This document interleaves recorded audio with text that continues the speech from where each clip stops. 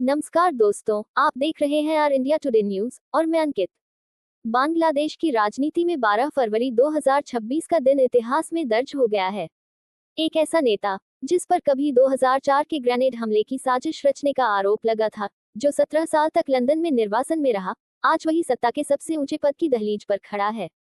जी हाँ, हम बात कर रहे हैं तारिक रहमान की। आखिर कैसे बदली बांग्लादेश की राजनीति? क्या ये सिर्फ सत्ता परिवर्तन है या संविधान और शासन व्यवस्था में बड़े बदलाव की शुरुआत? आइए तथ्यों के आधार पर पूरा विश्लेषण करते हैं। चुनाव क्यों ऐतिहासिक था? साल 2024 में छात्र आंदोलन और उसके बाद पूर्व प्रधानमंत्री शेख हसीना के देश छोड़ने के बाद बांग्लादेश में राजनीतिक अस्थिरता का दौर शुरू हुआ। 12 फरवरी 2026 को पहली बार लोकतांत्रिक तरीके से नई सरकार चुनने के लिए मतदान हुआ।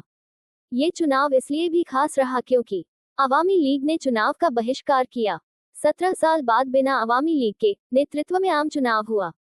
चुनाव के साथ एक महत्वपूर्ण जनमत संग्रह भी कराया गया।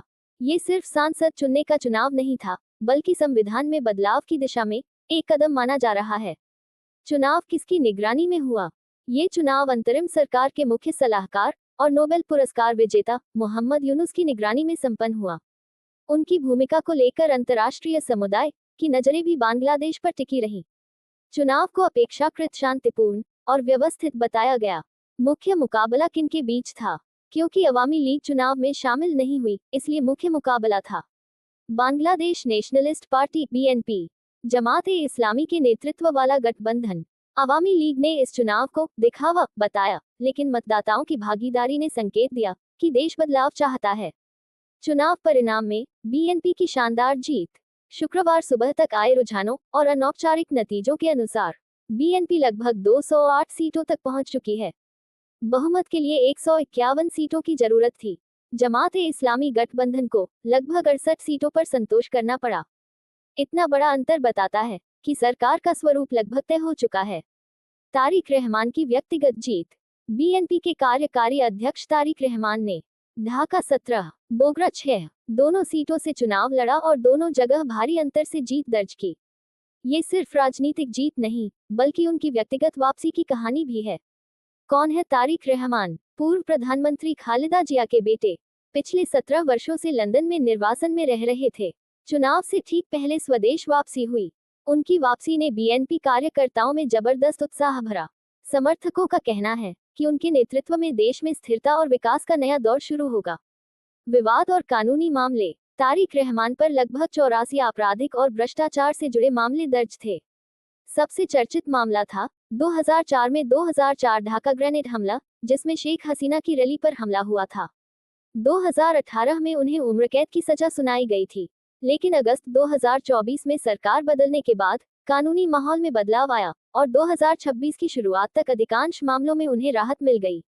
ये पहलू अब भी राजनीतिक बहस का विषय बना हुआ है। जनमत संग्रह असली गेम चेंजर। इस चुनाव की सबसे खास बात रही जुलाई चार्टर पर जनमत संग्रह। इसमें प्रस्ताव रखा गया संविधान में व्यापक बदलाव, राजनीति को अधिक पारदर्शी बनाना, जवाबदेही बढ़ाना, शासन प्रणाली में सुधार। मतदाताओं ने इस पर भी अपनी मुहर लगाई, जिससे साफ है कि जनता सिर्फ सरकार बदलना नहीं, बल्कि सिस्टम बदलना चाहती है। आगे क्या? अब सबसे बड़ा सवाल, क्या तारिक रहमान वास्तव में प्रधानमंत्री बनेंगे? क्या ये बदलाव स्थिरता लाएगा या नई राजनीतिक खींचतान शुरू होगी? बांग्लादेश की राजनीति लंबे समय से दो ध्रुवों, अवामी लीग और बीएनपी के बीच घूमती रही है। इस बार अवामी लीग की गैरमौजूदगी ने चुनाव को अलग रूप दे दिया। 12 फरवरी 2026 का चुनाव सिर्फ सत्ता परिवर्तन नहीं है, ये बांग्लादेश की राजनीति में एक नए अध्याय की शुरुआत हो सकता है। एक ऐसे नेता की वापसी जो कभी विवादों में घिरा था, एक ऐसी पार्टी की जीत जो 17 साल बाद सत्ता में लौट रही है, और एक ऐसा जनमत संग्रह जो संविधान में बदलाव का रास्ता खोल सकता है। अब देखना यह है कि यह परिवर्तन बांग्लादेश को स्थिरता और विकास की ओर ले जाता है या नई राजनीतिक चुनौतियों की ओर। अगर आपको यह विश्लेषण पसंद आया हो तो वीडियो को लाइक करें, चैनल को सब्सक्राइब करें और कमेंट में बताएं, क्या ये बांग्लादेश के लिए सही दिशा में कदम है? धन्यवाद।